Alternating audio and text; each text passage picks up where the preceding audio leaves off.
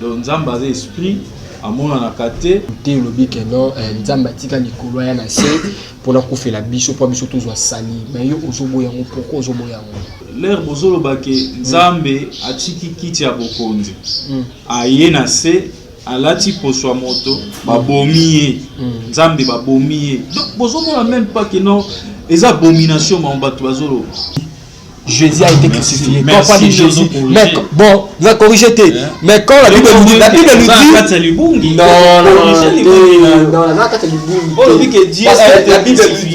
dit, la Bible nous dit, Jésus est Dieu. Jésus a oui, Jésus est Dieu. Mais il faut savoir une chose, mon frère.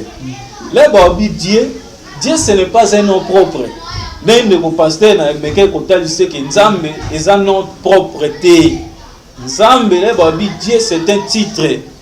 Parce que un nom propre ne peut jamais prendre l'article de devant. Même si le plan français nom propre est article libosoté. Oh est article est nom commun. Il s'agit bel et bien d'un nom commun de chaque article. Mais parce que ce kotal comment là jamais la Bible va comment les Jésus. Il les a révélés aux enfants. Si Jésus est le Dieu créateur, quel est le Dieu que Jésus priait? Quel est le Dieu que Jésus adorait? C'est que au niveau de pasteur ou mais c'est l'égarement. C'est l'abomination, mon frère. Je te dis vrai. On a eu ça solo. Parce que Jésus a dit j'étais lourd. Si Jésus était le Dieu créateur, le Dieu créateur a loué nani. Parce que fait de louer, c'est déjà l'adoration.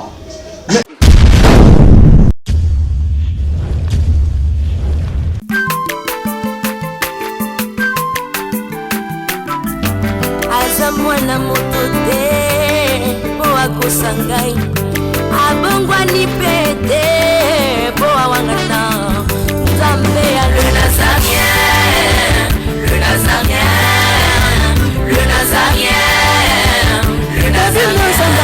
Ebana mokonzima atako babakola ke mafuta na musakolima lelo ya yobolingo bateli le Nazarien lipamboli oyo mona na katempeni mama kandelobi kolapye mapapu masope mafuta tokokesitana longo na nzambe oyo babenga na makomi Fada, thank you Fada. Balandi nyonso toujours besoin kalibaku ya kwanda biso na kata chaîne na bino yani Nazarien TV na cadre émission na bino table 7 est présenté par votre humble serviteur Dadi Mukwaya. Je tiens toujours à vous remercier d'être branché sur votre chaîne les Nazarien TV. Je dis un grand merci à l'équipe Mobimba et les Nazarien TV. Je dis un grand merci à la servante de Dieu Mama Tiffany Mokwa pour la confiance au Pessinga. Je dis aussi un grand merci à Giroza ainsi ma caméra pourquoi pas na Alain Kiakala Loboko Nzambe Oazana Régie. Le table scène Nazana évêque Benjamin Tuzani na kata plateau ou na kata émission table scène avec Benjamin, c'est avec lui nous allons nous entretenir tout au long de cette émission. Ton lobby la format très important, très capital na avec Benjamin. Vous avez toujours branché, vous allez toujours connecté sujet exactement qui est réellement Dieu. Nzambe azanani belo la mituna ba question Nzambe azanani nous en a avec Benjamin to béané pendant 6 jours nous a toujours branché nous a toujours connecté avant de présenter l'homme de Dieu le prophète Benjamin et l'évêque Benjamin nous sommes à la régie acha biso vraiment cantique on va modifier bana Nzambe et ça vraiment bana Nzambe le sac comme on dit la servante de Mama Tiffany Mokwa et puis on se retrouve après cette chanson. Alléluia. Merci le roi de rois.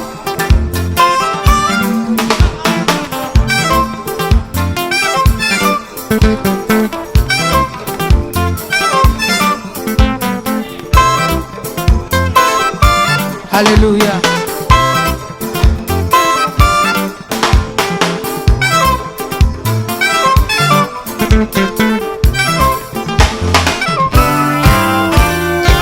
Tombola maboko na yo likolo.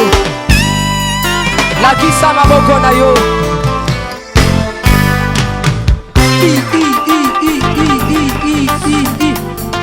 Sakat. Sakat. On y va.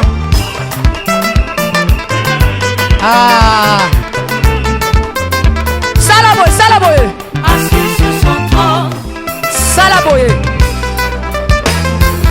On y va. Assis sur son trône. Encore, encore, encore. Ah, ah, ah. Afandi na ngwende na ye. Yesu azaya kofanda. On y va. Assis sur son trône. Afandi, Afandi, Afandi, Afandi. Assis sur son trône. Fandi saye, Fandi saye, Fandi saye. Nazo mono te tika Yesu afandi. Afandi, Afandi, Afandi, Afandi. Merci Jésus. Merci Jésus. Afandi, Afandi. Salaboye. Salaboye. Salaboye. Gatela Yesu le sako. On y va. Gatela. Gatela. Gatela. Gatela. Gatela. Gatela. Kaka. Kaka. Yambalo ya taba ministre bakokata. Nazolo bakatela yelo sako. Katela yelo sako. Katela. Katela. Katela. Nazo monote. Nazo monote. Nazo monote. Nazo monote. Salango boye. Dose. Tolobi à tout. Yoka. Merci. Tolobi boye. Yambaloyo. Ata ba ministre bakokata. Ata ba généraux bakosala nini? Nalobi ata ba ministre bakosala nini? Ata ba président. On y va. Katela yetoke. On y va. Nayebi chant c'est vraiment plaisir le ça comme cause de Philomène moko ya monter ma bivesse de mot pourquoi pas à celui qu'on appelle 3 fois boss Jack Pro depuis France nayebi chant le ça comme cause vraiment et ça lui vraiment plaisir non c'est on a géré oza sima la caméra à fond la caméra na présenter mino avec Benjamin. Bonjour à l'homme de Dieu. Oui, bonjour mon frère. Santé de l'homme de Dieu. Oui, l'angola nzambe tout va bien. Qui m'a bezali. Oui. Moi mon gentil par rapport à tout bazili bakou ya kolanda yo première fois la chaîne Abisso les Nazariens TV il y a 4 émissions de table sainte. Mon gentil kozani par rapport à abonner la par rapport à tout sur bazili bakou kolanda c'est moment. Na sepeli vraiment ndenge boyambinga na chaîne Abisso les Nazariens. En tout cas la chaîne bien apprécié en makasi parce que la chaîne moko ezo sunga biso to dévoiler ba secret ya Nzambe batu ba vraiment Nzambe na kati ya profondeur donc to landarango vraiment to découvrir de la part de Dieu beaucoup de secrets. OK, merci vraiment avec Benjamin tout d'abord avec Benjamin Azanani Asaranini Asambe à l'église nini Aza avec l'église nini tout d'abord parce que c'est la toute première photo ya mayo oui bon moi voix Naza évêque Benjamin parce que évêque signifie ancien ça un mot titre parce que titre oui c'est important au marché de la principe à parole un ancien de ba bengaka évêque biso to sangala na lisanga to bengi la man au Congo parce que la man signifie la parole donc parole et kiti na Congo pour na édifier couper sa lumière na kati ya mokili non seulement le Congo mais le monde entier source ya parole ça Congo mais c'est pour propager ça dans le monde entier beto sangala kana Kimbangu Veni Kisantu numéro 11 Veni Kisantu quartier Kimbangu. OK, la quartier Kimbangu numéro 11 ici pas Bosangana. OK, merci vraiment avec Benjamin Tolo bela vraiment un thème où est vraiment très capital, très profond beaucoup ça vraiment to ina bino thème exact ba qui du Nzambe ya zanani. Bato bato bele ba mituna ka que réellement dit de ba Nzambe azanani. En tout cas, merci. Na question autouni, tout est banzamba zanani. Ce qui totali bien, Nzambe aza esprit. Tout d'abord, Nzambe aza esprit. Ce toqué na Jean chapitre 4, verset 24. Toromona Bibelobi, Dieu est esprit. Et il faut que ceux qui l'adorent en esprit et en vérité. Donc Nzambe aza esprit. Amon en akate, na 1 Timothée 1,17 pour au roi du siècle immortel, invisible. Donc, les babi Nzambe, tout le monde a le créateur tout d'abord. Azali oyo akeli mokili, oyo akeli biso, yenda zo pesa biso respiration. Donc ceux qui tozo vivre, eza Nzambe nde azo sa biso to vivre. Donc là ozo tout na Nzambe azanani, donc yango to démontrer avec critique Nzambe a l'esprit. Donc c'est lui le maître suprême. Au Bible dit que les cieux et la terre ne peuvent jamais contenir sa grandeur. Donc azali donc on a bien akaye aza Nzambe aza monene. Donc aza nyonso pour na biso. Aza nyonso pour na biso. OK, l'homme de Dieu, merci nous ya na mituna na biso. L'homme de Dieu to na landio mingi avant émission ebanda. Namoni esika ozo douter lobi que non Nzambe tika likolo ya na se pour na ko la biso pour biso tous sali mais yo ozo boya ngo pourquoi ozo boya ngo bon l'air na lobi mais namoni ozo tanga ba écriture oui parce que toko jamais koloba makambo Nzambe sans pour démontrer l'écriture. Donc l'air ozo démontrer la parole de Dieu, il faut aussi prouver ça dans les écritures. Yango soko tali lelo l'air bozolo bake Nzambe atiki kiti ya bokonzi. Aye na se alati poswa moto babomiye. Nzambe babomiye. Donc bozolo même pas que non les abominations mambato bazolo. C'est l'abomination parce que Nzambe baboma Nzambe, hein? Nzambe babomiye. Est-ce que vous ne trouvez pas que non c'est normal ti? Parce que soko tali bien. Au komona na Jean chapitre 3 verset 16. Dans Jean 3 verset 16, Bible lobi boye. Car Dieu a tant aimé le monde qu'il a donné son fils unique afin que quiconque croit en lui ne périsse point mais qu'il aille la vie éternelle. Donc ce que tu contexte babi Nzambe alingi mokili parce que yende aza mokeli ya mokili. Attaque mokeli ya mokili balobi atindi mwana na se moko le fils unique. Alors que leur fils unique afin que quiconque croit en lui ne périsse point mais qu'il aille la vie éternelle. Oui. Donc nous avons que à travers son fils de toujours recevoir la vie éternelle à travers les enseignements que le fils a enseigné. Même Jésus a dit que mon enseignement n'est pas de moi mais de celui qui m'a envoyé. Donc on comprend que ici ce n'est pas le créateur qui était descendu. Parce que la Bible dit que personne ne peut me voir de face et vivre. Dieu est esprit. Mais Nzambe a se manifesté à travers les prophètes naïs. De Tomoni dans Amos chapitre 3 verset 7. Dans Amos chapitre 3 verset 7, Bible dit Dieu ne fait rien sans avoir révélé ses secrets à ses serviteurs les prophètes.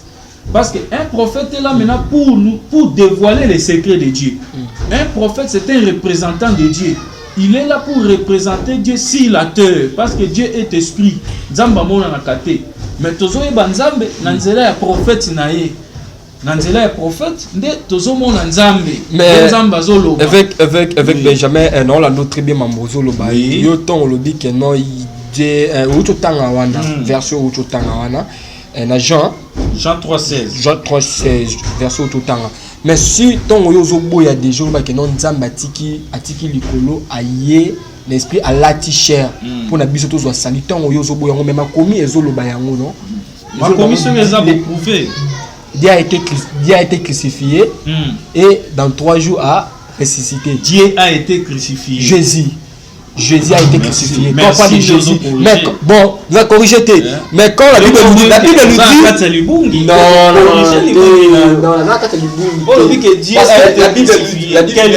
la Bible nous dit, Jésus est Dieu. Oui, Jésus est Dieu. Mais il faut savoir une chose, mon frère. Les Dieu, Dieu ce n'est pas un nom propre. Même le pasteur na meke kotali c'est que Nzambe est un nom propreté. Nzambe le babi Dieu c'est un titre. Parce que un nom propre ne peut jamais prendre l'article de devant. Même si le plan français nom propre est article libosoté. Oh, est article est un nom commun. Il s'agit bel et bien d'un nom commun de bâtir article. Mais parce que ce qu'on a comment là, jamais la Bible va comment les Jésus. Est-ce qu'on peut prouver plus va commis les Jésus? Hein? Mais la Bible va commis le Dieu tout puissant. Le Dieu tout puissant pour dire que Dieu c'est un titre. C'est un nom commun. Les autres articles. Mais ce qu'on a dans l'écriture au moins il pas va commis le Yahweh ou le Jéhovah. Parce que c'est son nom propre. Mais non, ils ont un article, ils ont un nom commun. Il y a un dit que Dieu est un combo ensemble. Dieu ce n'est pas le nom propre de Dieu, mais ils ont parmi les attributions. Oh, Nzamba quoi assimé. Parce que là, Dieu signifie celui qui est au-dessus, celui qui est supérieur aux autres. Parce que ce qu'on a dit, au dans 1 Corinthiens chapitre 11, verset 3. Bible lobi, Paul a zolobelo moko très capital dans 1 Corinthiens 11, 3. Paul a lobi boye. Je veux cependant que vous sachiez que Christ est le chef de tout homme. Balobi Christ azali chef ya batu nyonso. Et que l'homme est le chef de la femme, là sur le plan mariage. Et bakiti balobi et Dieu est le chef du Christ. Tolanda yango zomona batu mingi atangi verset mais azo comprendre mambo atangi te. Oh dit amen. Batu balobi amen mais ba comprendre te mamuni pasteur azolo. Parce qu'avant qu'on le amen, il lui faut tout d'abord comprendre est-ce que makambo alobi est vrai ou est faux. Ce que est vrai te okoloba amen te. Ce que est faux okoloba carrément te pasteur est faux. Ce que est vrai de lobi oui amen signifie j'accepte. Dès le babi que Christ azali chef ya batu nyonso.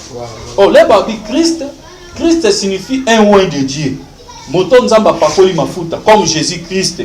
Nzamba wendra qui est. D'après Actes 10, 38, la Bible dit que vous savez comment Dieu a oint du Saint-Esprit et de force. C'est Jésus de Nazareth qui allait de lieu en lieu, faisant du bien et guérissant tous ceux qui étaient sous l'empire du diable. Car Dieu était avec lui. Vous voyez que Jésus-Christ aussi, il était oint par le Créateur. Et ça dit que Abimi Kakabo, Jésus-Christ, c'est un prophète. Jésus, c'est un oint de Dieu. Acte 10, 38, Botanga. Il était un oint par Dieu. C'est Dieu qui l'a oint en tant que prophète. Il était un prophète. Jésus, dans son dit Dieu. Jésus-Christ n'est pas Dieu. Toké malem. Les babi Dieu. Dieu, Dieu signifie titre. Celui qui est au-dessus ou celui qui est supérieur. Dieu est un titre oyo.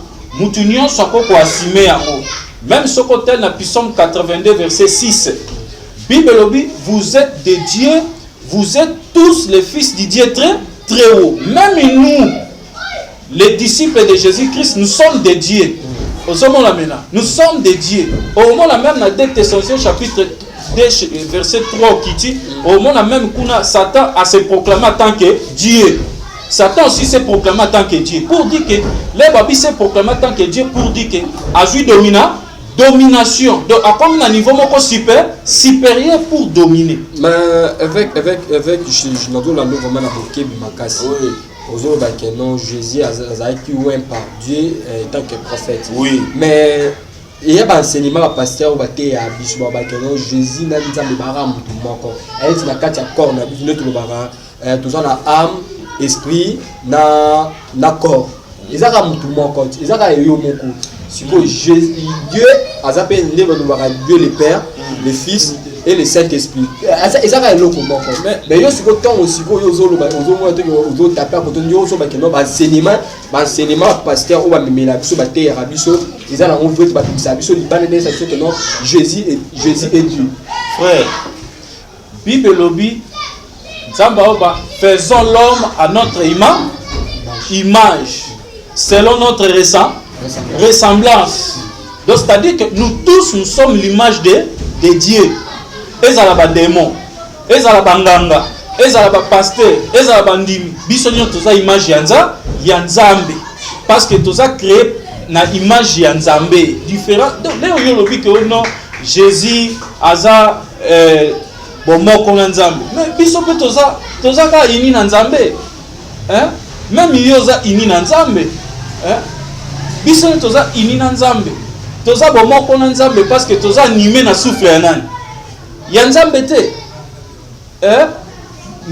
Jésus est animé par l'Esprit de Dieu. Nous aussi, nous sommes animés par l'Esprit de Dieu par l'intermédiaire de Jésus. Parce que ce qu'on dit dans 1 Timothée chapitre 2 versets 5 à 6, il y a un seul Dieu et aussi un seul médiateur entre Dieu et les hommes. Jésus-Christ est homme. Il était un médiateur entre Dieu et les hommes. Mais la Bible ne dit pas que Jésus il était le Dieu créateur. Mais placer un médiateur entre Dieu et les hommes. Qui s'est donné lui-même à rançon, c'est là le témoignage rendu à son propre temps. Il avait son temps. Jésus a accompli sa mission à son propre temps. Parce que la mission n'a pas été dans Jourdain, dans la poteau de supplice, pardon, dans Golgotha, que tout est accompli. Là, tout est accompli. C'est par rapport à la mission qui a exécuté. C'est pour cela que Jésus a dit que tout est accompli. Donc pour dire qu'il était médiateur entre Dieu et les hommes. Donc il était un prophète. Parce qu'un prophète c'était un médiateur. Oui, 1 Timothée 2, 5 à 6. Le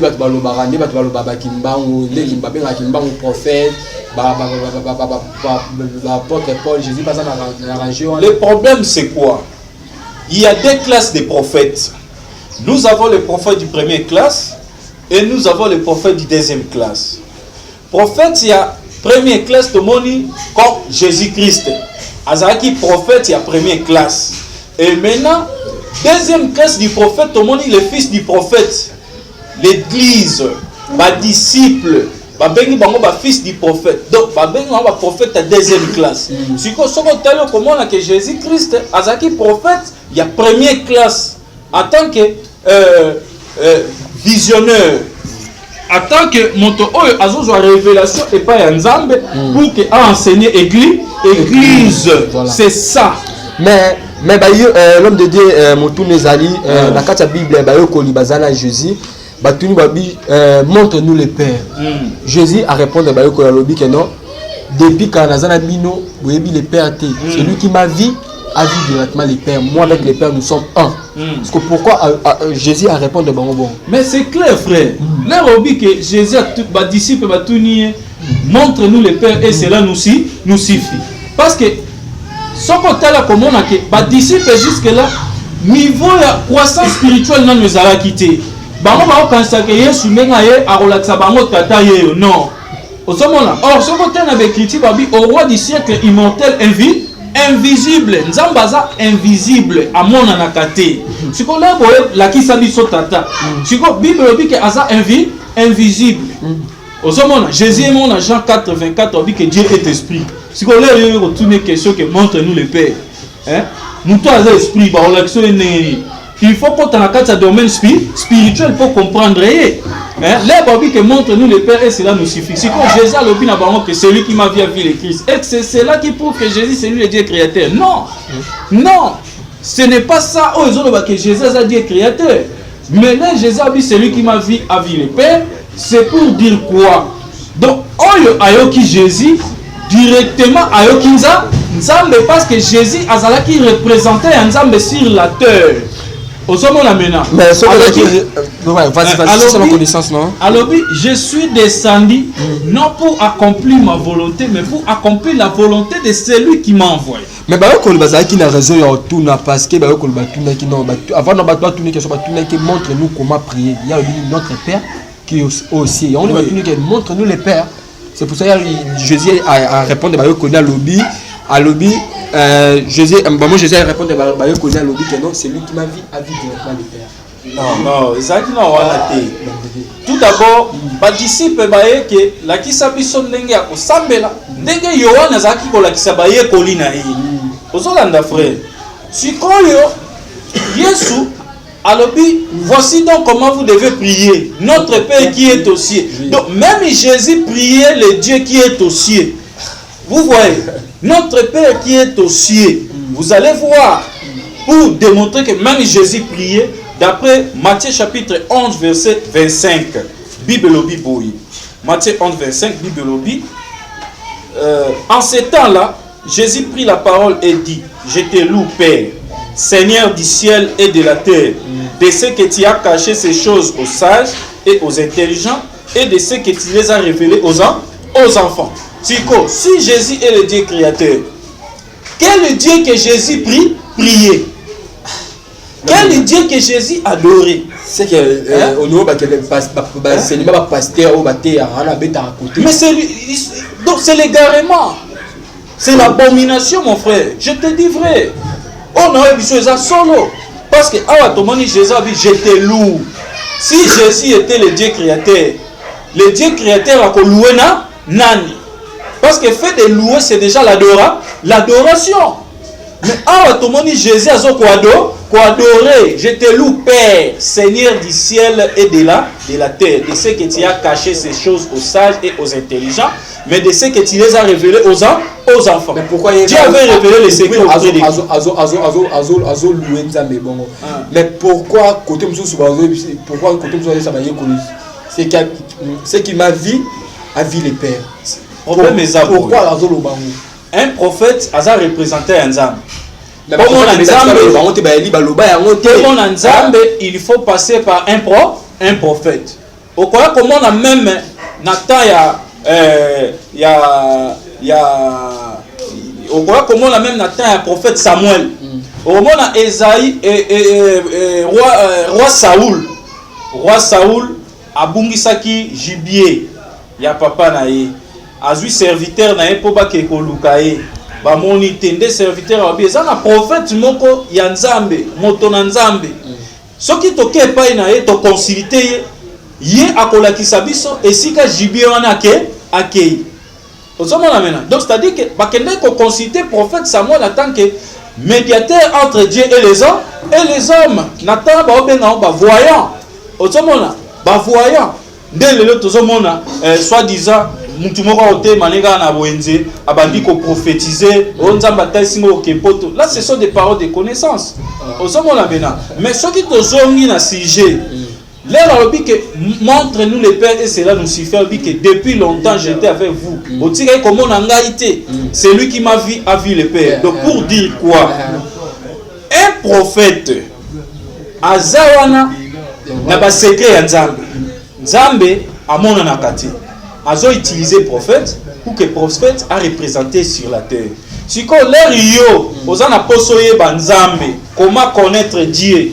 Pour connaître Dieu, il faut passer par son prophète. Ozomona par son prophète. Au quoi comment la même dans Jean chapitre 17. Jean 17 verset 3, Bible lobi boyi. Or la vie éternelle, c'est qu'ils te connaissent, toi le seul vrai Dieu, et celui que tu as envoyé, Jésus-Christ. Awa, balobi que vie éternelle les aligne.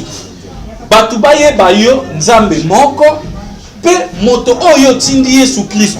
Donc, au moment clair que pour koyeba nzambe, il faut qu'on passe par Jésus-Christ. Parce que nzambe est esprit. Amona nakate, akufa kate. Donc, pour koyeba, il faut koyeba toujours dans nzela ya moto. Donc dans nzela ya moto oyo nzamba choisir a wendre ndeye wana nda akolakisa biso nzela yango moni Jésus alobi je suis le chemin la vérité et la vie nul ne peut aller au Père sans pour autant passer par moi. Donc on comprend qu'il était un médiateur entre Dieu et les hommes. Mais l'homme de Dieu toujours là toujours au développement il y a sagesse na yo. L'homme de Dieu la Bible nous dit Yesu na Jourdain ton retour aux baptêmes. Le Fumwami Nicolas Fumwami ya Nzamba lobi ça c'est mon fils bien-aimé Moyokai. Mais ce tozongi dit tozongi susu suka la carte la Bible Yesu ozo isabiso Jésus lui-même Jésus-Christ lui-même. Non, je parle pas de Dieu, je parle de Jésus-Christ lui-même. Ozo isabiso vous chasserez les démons à mon nom. Dans la minute où ma belle a combo na rail. Mais net il y a délivrance. Déjà il y a miracle et ça m'a combo ya Jésus. Au nom de Jésus, au nom de Jésus bazo pika, au nom de Jésus koka bazo tambola, au nom de Jésus nani bakufa bazo c'est quoi. L'homme de Dieu. Mais dans ce qu'on ozo non Jésus était prophète. Pourquoi pas ba benga na ba démon na combo Dieu mais ba benga na combo na démon Jésus-Christ. Ça veut dire que donc il est le seul. Total à Jacques chapitre 1 verset 21. Bible au Bible. C'est pourquoi, rejetant toute suie et tout excès de malice, recevez avec douceur la parole qui a été plantée en vous et qui peut sauver vos âmes. Donc, c'est-à-dire que, là, il y a le but que, comme moi Jésus, parce que ça, sujet, de développement, peut-être une émission, un homme, Jésus, qui est Jésus, au moment même dans Matthieu chapitre 1, verset 21,25. Bible dit qu'il affantera un fils, tu affanteras un fils et tu donneras le nom de Jésus. Donc Jésus, tout d'abord, là, tout le monde est qui non propre naïe. Benjamin. Ils ont non propre, mais en réalité, ce qu'on au quoi comment que Jésus-Christ avait porté deux noms. Premier nom naïe, c'était le nom de Jésus au babotier non propre. Jésus, ce qui signifie quoi? Le nom Jésus. Frère. Donc, ça, là maintenant. Donc, le Seigneur, il va comprendre la réalité. Si on se Jésus, c'est son nom propre. Au quoi comment Jésus-Christ a recevoir deuxième nom na Jourdain. Leur a recevoir onction. Leur manifestation à parole et salami na corps à Jésus na Jourdain. Jésus-Christ a recevoir deuxième nom qui est la parole. Parce que la parole aussi c'est un nom, mais pas un nom propre. La parole c'est un nom commun, c'est un titre. C'est un titre, mais parole les titres parce que les autres sont articles. Tant aux c'est un nom commun, mais si vous avez la Bible, tant ange Abimélim Maria, le but que non, au robot à moi, au robot ça est comme Emmanuel. Ça veut dire que non, parmi nous. Les babi Emmanuel, Emmanuel ce n'est pas un nom propre. Emmanuel aussi c'est un titre. Parce que les autres sont articles devant. Ça veut dire que non. Les babi Emmanuel signifie Nzambe Katinaba Nabato. Donc ils ont titre pour dire que un prophète de Dieu au milieu des hommes. Au quoi comment on a même dans Hébreux 5 verset 1er, Bible au Bible. En effet, tout souverain sacrificateur pris du milieu des hommes est établi pour les hommes dans le service de Dieu, en fait de présenter des offrandes et des sacrifices pour les péchés. Donc, on se demande que tout souverain sacrificateur, nous avons parmi bateaux pour aider bateaux dans le service Yanzambe. Donc, un prophète, Emmanuel, est un titre. Même Moïse, il était Emmanuel à son temps. Jésus-Christ, il était Emmanuel à son temps. Tous les prophètes qui va Emmanuel en tant que représentant Nzambe devant parmi les hommes. Avec qui sommes à l'église non. Mais maman témoigner ça frère. Sommes à l'église, nous chrétiens. Nous témoigner ce qui est l'évangile de Jésus-Christ au docteur de sens. Vous êtes chrétien. Je suis chrétien parce qu'un chrétien c'est un croyant. Un chrétien c'est quelqu'un qui croit à un envoyé de Dieu. Nous sommes à l'église. Mais l'église de Jésus-Christ Colossiens 1 n'a pas ce verset. Colossiens 1, 18. Colossiens chapitre 1, verset 18. Total à ce que l'église y en a ressemble. Il est la tête du corps de l'église. Il est le commencement, le premier-né d'entre les morts, afin d'être en tous les premiers. L'église de Jésus-Christ. En dehors de l'église de Jésus-Christ, et en église, nous sommes au Batubakosa, Bakosambela. Parce que l'église qui a l'église de réveil, l'église catholique. Voilà ce que tu as ça. Maintenant, l'église de réveil, est-ce que tout d'abord, mon frère, il n'y a pas les réveils dans le monde? Réveil, exact, l'église de réveil catholique. Est-ce que catholique, c'est un christianisme? Catholique, c'est une religion romaine. Existant même avant naissance, avant même Jésus, catholique existant. Ce côté les Romains ne sont pas prophètes juifs. Et puis comment on a que Israël qui colonisé na Romains. Les Romains ne pas colonisé les Israélites. Comment on a que les Romains ils ont volé les secrets juifs. C'est ça. Les églises non c'est qui nous croyons en la volonté. Mais cité Bethel. Sokotali. Église on croyons en la volonté. Sokotali na Jean chapitre 9. Jean chapitre 9 verset 4 5.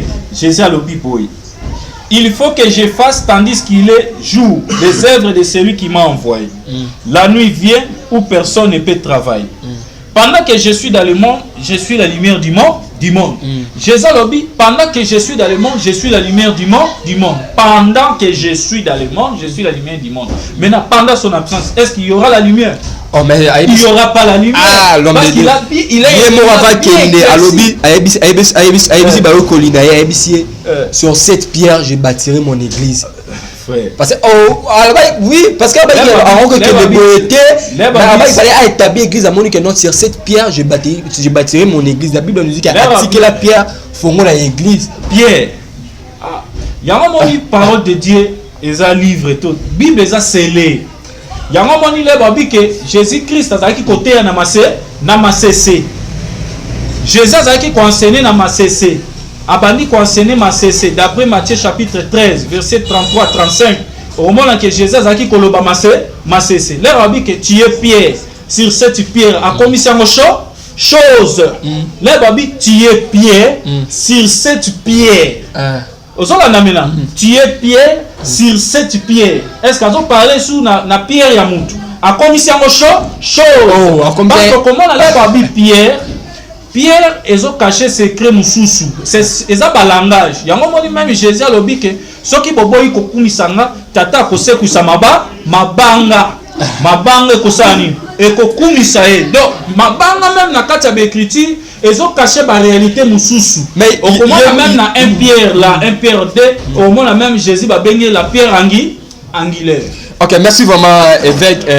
Nabi que dans la première partie, Nabi qui va te belé bon commenter par rapport à Nini, il y a sujet où est très capital.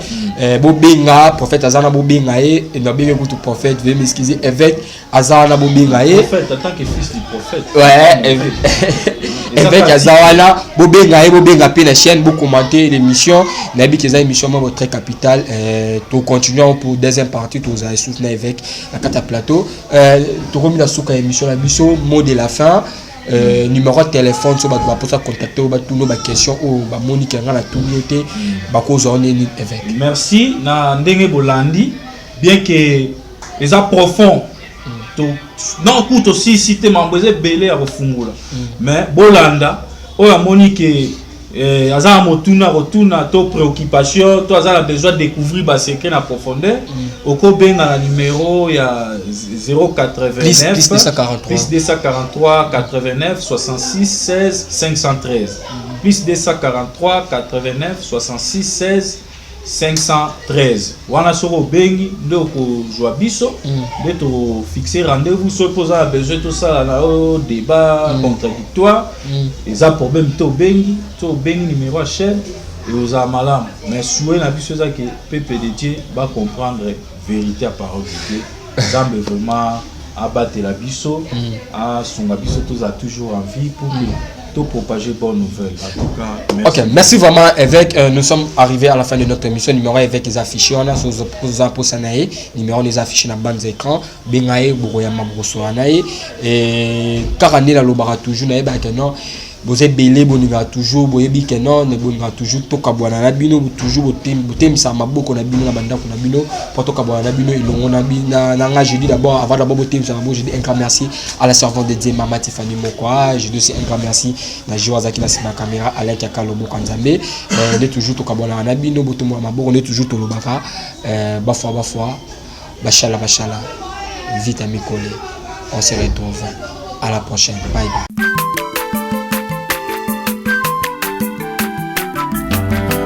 Mwana moto te po akosangai abongwa ni pete po awangana Nzambe ya le Nazarien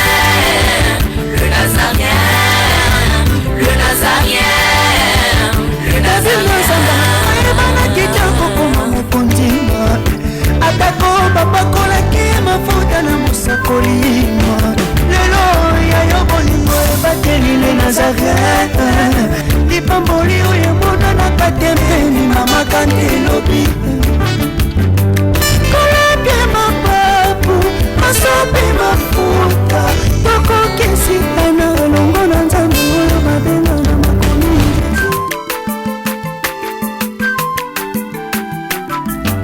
aza mwana moto te po akosangai abongwa ni pete po awangana